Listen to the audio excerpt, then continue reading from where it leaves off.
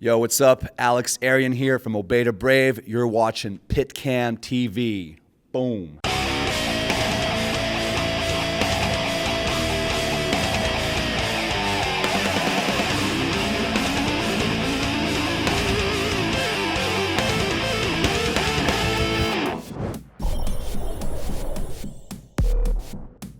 Hey, I'm Monica with PITCAM, and I'm here with Alex from Obey the Brave. Hey. What's up? How's the tour going so far? So far, so good. I've been in Germany for like a week, so I can't complain. Yeah. Do you have a feeling that you've started to build a fan base over here? Well, it's our third time touring Europe in a year, so we've definitely seen a lot of improvements. More and more kids singing along, banging their heads, moving around, so I couldn't be happier, seriously. We love it here. What's Canada like as far as the scene goes? I mean, we don't really hear much about that country for metalcore and hardcore. What's the scene like? Canada is cold. It's snowing right now. As far as the scene's concerned, some of my best friends, Beneath the Massacre, Ion Dissonance, Cryptopsy, all bands that have been around for a while, bands that I really appreciate and that I support. Backed 110%. As far as the new scene is concerned, I guess Obey the Brave is part of it. Not a lot of bands from Montreal or Ottawa lately, but the scene is still growing. People love their metal, they love their hardcore, they love their punk rock over there. So it's a nice place to play.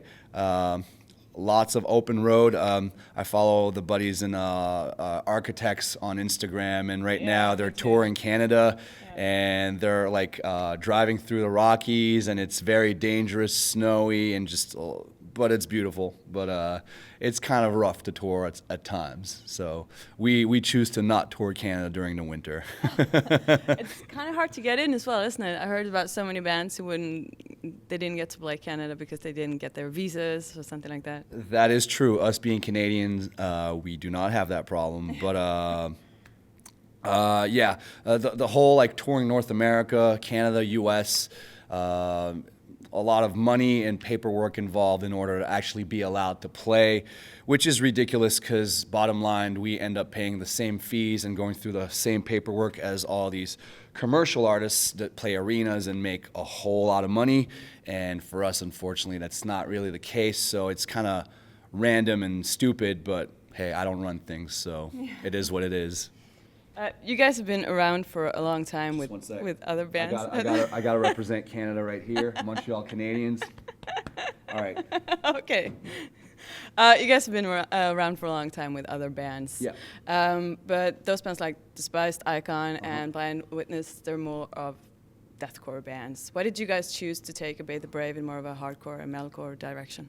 I mean, for the most part, we all grew up in the death metal scene, listened to a lot of death metal, but you know, we're all over the place. We appreciate hardcore, punk rock, hip hop, all that. So with Obey the Brave, we didn't want to start another Despised Icon or another Blind Witness or another Darkness Rites. We just wanted to try something a little different. And this is us acknowledging, other aspects of our musical roots. So the end result is hardcore, melodic metalcore, whatever you want to call it. To us, it's just music that comes from the heart. So, yeah, man, it's just how it comes out. Simple as that. You released your debut album last year called Youngblood. How would you yourself describe it? Youngblood is just, like I said, we were all in different bands prior to this. All three bands ended at the same time. And Youngblood is just that realization that we all had that we were still hungry to create music, play shows, tour around the world and all that. So Youngblood was basically us describing the whole process of, starting over all over again, dealing with the risk, because it's not, you don't necessarily just start a band and then all of a sudden you get to tour the world and all that, which ended up happening to us. So we do feel very fortunate, but there was a lot of risk involved. We all quit our jobs. We all put a lot of all the money we put aside, everything. We put everything on the line in order to make this band happen. And fortunately, it did happen. So that's sort of the whole mentality behind Youngblood. No matter what the obstacles or no matter what the risk may be, just keep on giving her and some point you'll get to that end result. What can you tell me about your state of mind when you were writing the lyrics? Very negative state of mind, which forced me to write positive lyrics in order to overcome all that. You know, I look back at some of the stuff that I used to write with my previous bands, and I look at what I write now, and it's more personal than ever, definitely. But I choose to see the glass half full now instead of half empty, which is sometimes very hard. But I guess, yeah, just keeping that PMA state of mind. That's what we're all about. But, you know, it's not always easy, definitely. It seems like this self-empowerment theme has become somewhat of a trademark for the melodic hardcore scene, huh? Yeah, perhaps. To be honest, I just listen to death metal still and a lot of fucking punk rock and everything that was made anywhere from 93 to 2003. I guess I'm just stuck in that 10-year gap. So I feel a little disconnected at times from the current scene, but there are a lot of bands that are typecast into our scene or that we belong to or whatever. Lots of respect to, you know, Stick to Your Guns. Jesse is an amazing frontman, and, you know, lots of bands like that, you know, thumbs up. What kind of feedback have you gotten from your fans? It's just overwhelming. We started this band not even 2 years ago, and yesterday, again, Architects. I'm a fanboy right now, I guess. We watched their DVD, 100 Days, and in that DVD they just did like 25 countries in about 3 months or 4 months or so, and this is exactly what we just did. We've been on the road 3 out of the 4 months, and it's just it's been a grind. It's just traveling all over the world, and I completely forgot your question. What was my point? I don't know what I'm Feedback from the fans. Oh, feedback from the fans. There you go. We were just in Taiwan, Hong Kong, Vietnam, Japan, Australia. We're back in Europe. We did US, Canada, all that. So the feedback from the fans is overwhelming. It's because of the people at home and the people coming out to shows that we actually get to do this for a living. It's because of all of them and all their support that I get to tour a good part of the world with some of my best friends. So none of that support is ever taken for granted, and it only you know, drives us to work even harder. So keep an eye out for our next record. Does it surprise you how global this kind of music is? There's, you know, hits people everywhere. Does it surprise me? No.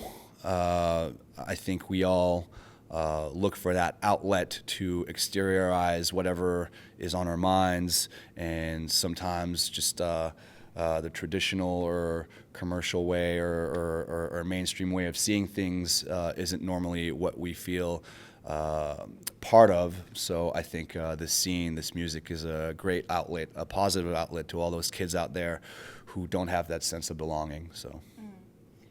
The opening track on your album states, not trying to reinvent the wheel, keeping it simple, keeping it real.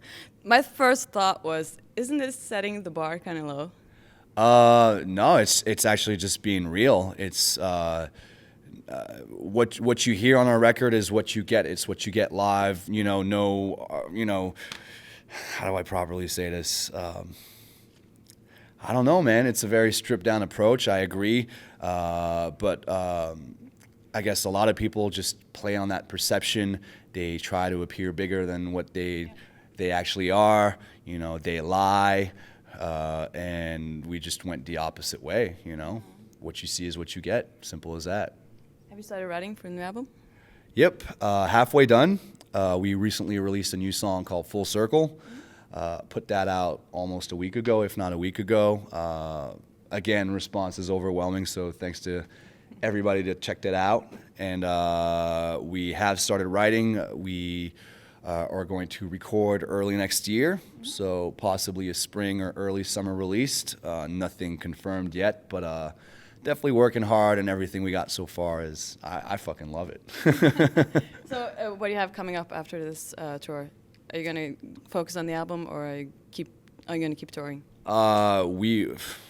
We toured the majority of the year. Literally, for this record, we did 4 U.S. tours, 4 Canadian tours, 3 European tours, did Asia, Australia, all that good stuff. After this tour, we're taking time off, like I said, to write and record. Early next year, it's not announced yet, but we're going to be touring Mexico.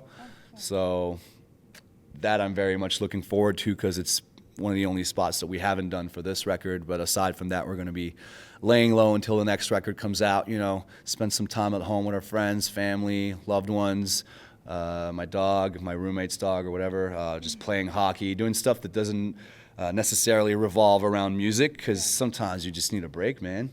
You just need to do something else. And that way, I'm positive that, you know, with this time off, the new record will be well rested, and then we'll be ready to, when the time comes to release that next record, to do it all over again and resume that touring cycle and tour Europe and Germany a bunch more times.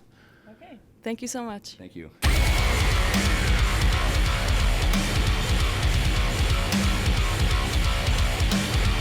Let's